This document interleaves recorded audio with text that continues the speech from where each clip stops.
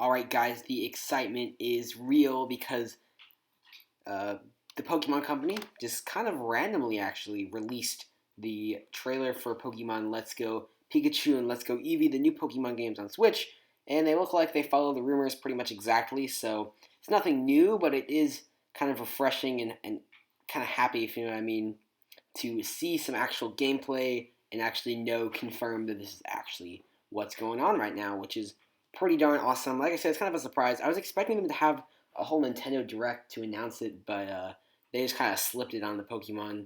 The Pokemon Company just kind of slipped it on their YouTube channel, which was interesting. But of course, the entire world went crazy. So if you haven't heard about this by now, well, you're behind. But anyhow, it's going to be a remix of the Gen 1 games, specifically Pokemon Yellow.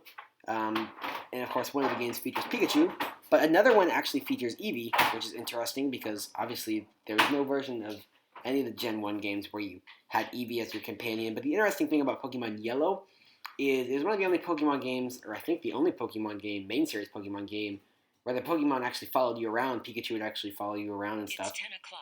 So we assume in this game, Pikachu will follow you around in Pokemon Let's Go Pikachu, and Eevee is going to follow you around in Pokemon Let's Go Eevee. So that's interesting. And obviously, you can see in the trailer, you can use other Pokemon in battle other than those two. You're not just restricted to those two.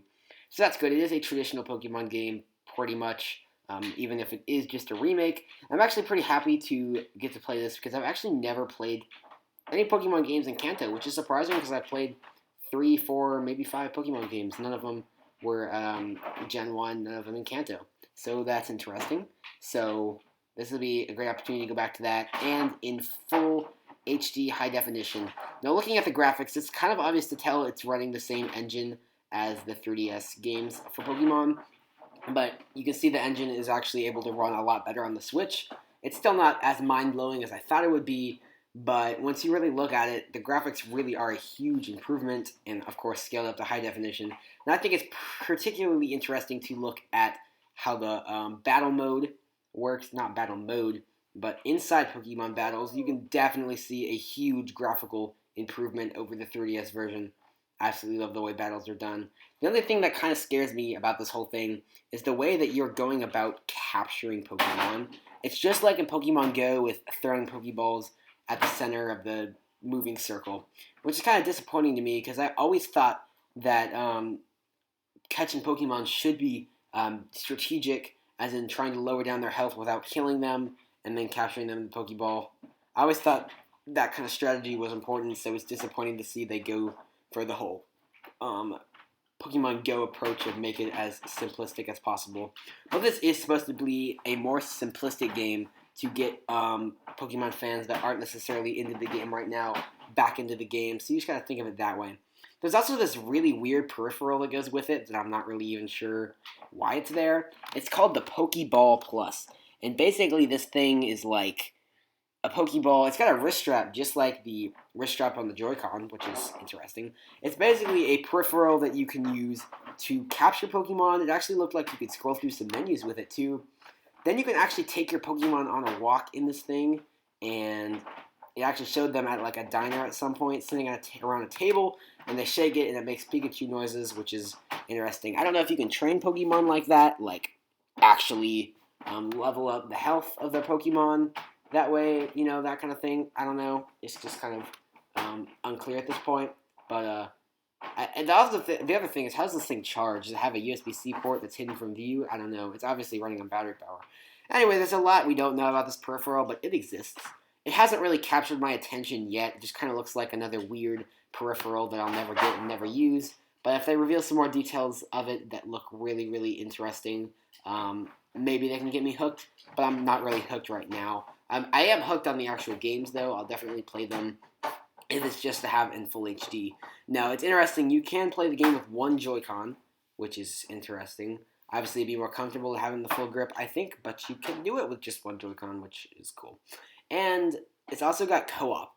And this is cool, because it's probably, I think, the first main series Pokemon game we've ever had with co-op and being able to play with two players on the same console. It's quite crazy if you look at it that way. It's awesome, I'm not going to lie. So, pretty happy about that. I think it's going to be pretty darn cool. And yeah, that's about that. So another thing that's interesting here is that they have actually added Pokemon Go integration, which I mean I'm not really sure. I probably won't use it because I stopped playing Pokemon Go a long time ago. I know nobody really not that many people at all really play Pokemon Go anymore. So it's interesting that the Pokemon Go integration is a thing. But basically, you can send your Pokemon from Pokemon Go into the Switch version, but it doesn't look like they're actually playable. They go to some place called Go Park, which looks like just a place for them to sit. It doesn't look like you're actually able to use them, which would make sense. It would be totally unfair if someone had a bunch of awesome leveled up Pokemon in Pokemon Go and just transferred them all to the Switch version Pokemon Let's Go, Pikachu, and Evee. That wouldn't really be fair. You can also transfer something from Let's Go Pikachu and Evee into Pokemon Go. There's kind of a mysterious present type thing, and it didn't really, was never really clear in showing us what exactly that was, but I assume it's just going to be you can send certain Pokemon from Pokemon Let's Go Pikachu and Let's Go Eevee into Pokemon Go, which again is something I probably won't ever use. But yeah, I kind of want to go back and talk about the co-op for another second here. I think that's really interesting. Obviously, the Switch is about local multiplayer primarily, so it makes sense that that's an inclusion. I just think it's interesting to see how it would work. Compared to past Pokemon games, they're very strictly single player. I mean, obviously, you can battle and trade and stuff connecting to other players, but the actual game experience is meant to be enjoyed on one console. So it's interesting that two players are able to join on the same console. Again, I'm not really sure exactly how that worked. You can see there are party matches where two people playing co-op on the same console have different Pokemon in their parties. So maybe you can load like two different kind of save games, not exactly save games, but two different sets of Pokemon to the two different characters in the game for co-op. I'm not exactly sure. It's kind of weird. I guess we'll get more details later on exactly how that works out. But yeah, these games look pretty exciting. Of course, it's nothing revolutionary. It's just a remake, but it does look really, really cool what they're doing with this and making it unique. And it's going to be the first Pokemon game on the Switch, so that's good. And we have actually heard that there will be a full Gen 8 game on the Switch next year. So that's a good thing as well. So if you just want to wait for that, you can. But I probably will end up picking up this game just because I'm really interested as to what exactly it will behold. But anyways, thank you guys for watching this video. There's probably a lot of stuff in the reveal trailer that I missed. But that's okay. I just kind of wanted to give my overall first thoughts and impressions right here. And let me know down in the comments what you think about this game, whether you're going to get it, what you like and don't like, that kind of thing. And I'll see you guys later. Bye-bye.